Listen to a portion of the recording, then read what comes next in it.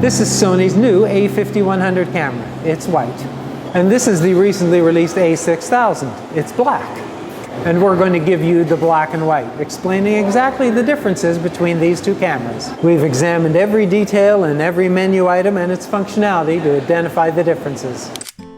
First, it's not about quality.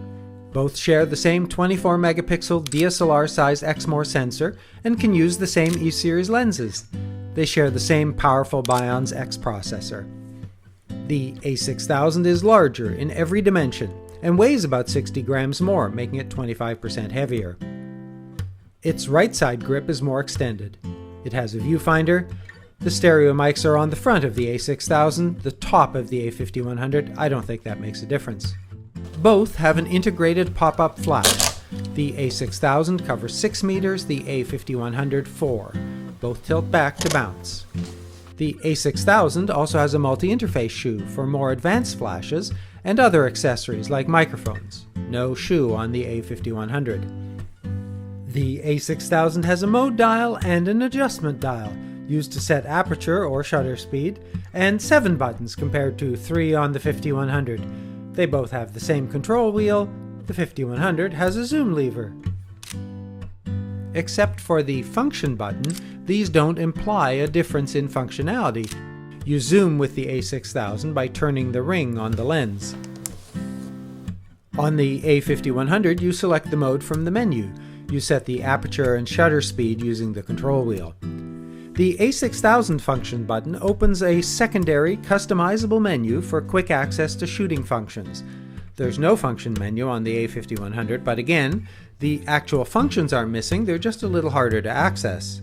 The LCD is the same, but the articulation is different. The a5100 flips up all the way for selfies, but not down.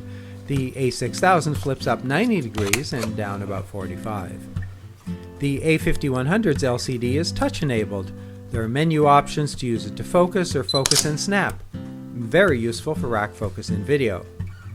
And because the a5100 screen flips up for selfies, there's a menu option to enable a selfie countdown. Smile.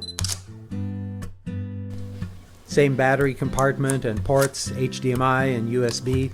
On the a5100, the card slot is much easier to access, making it easier to remove the memory card. The a6000, on the other hand, is badly flawed, as the card gets inserted backwards, so you can't use the little ridge on the front of the SD card to retrieve it. The menus look and work the same. Many of the variations are due to physical differences, not really different functionality. For example, the a5100 has shoot mode on the menu as there's no physical mode dial. Photo quality, aspect ratio, size options are identical. For video, the a5100 supports XAVCS in addition to AVCHD and MP4. AVCHD options are the same. XAVCS on the 5100 provides 3 50 megabit frame rates, 24, 30, and 60. The 5100 has a dual mode setting to save a lower quality file for social media while recording. The a6000 has 3 burst speeds, one more than the 5100. The a6000's fastest is faster. For the first 5 seconds, it zips off 10 images per second, then slows to about 2 per second.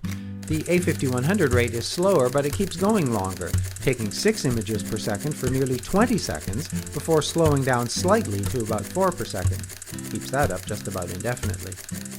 I thought maybe the middle speed on the a6000 might last longer or not slow as much. It takes 6 images per second for 10 seconds before slowing down to 2. Meh.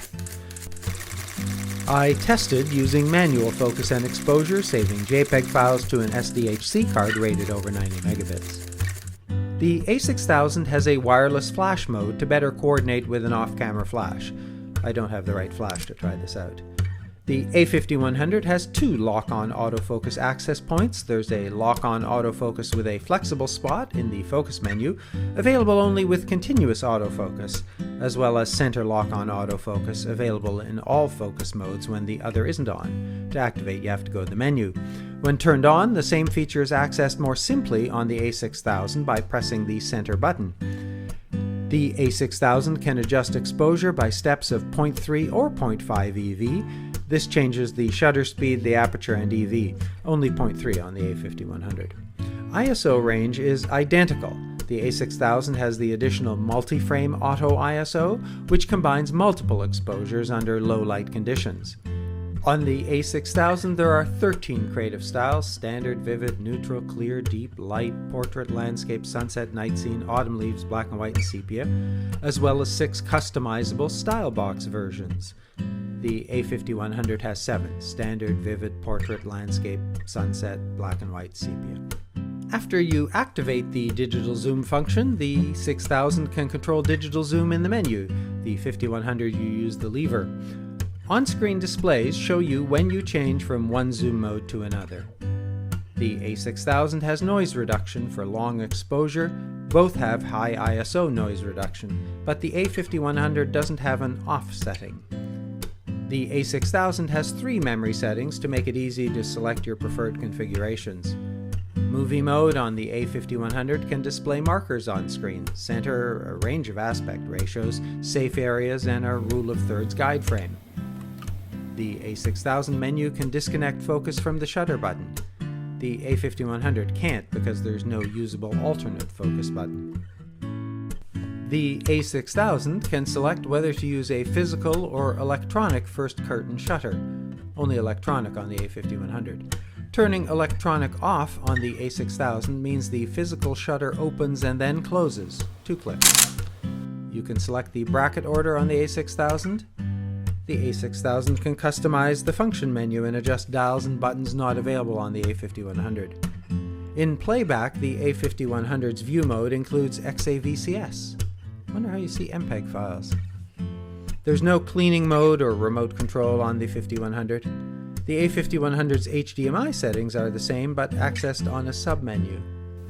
So obviously it's the viewfinder, but it's also the function button and the on-screen function menu that make the a6000 my choice. Well, I prefer the 5100. It's small, stylish, very easy to use, yet packed with powerful features. And it's all about the selfie.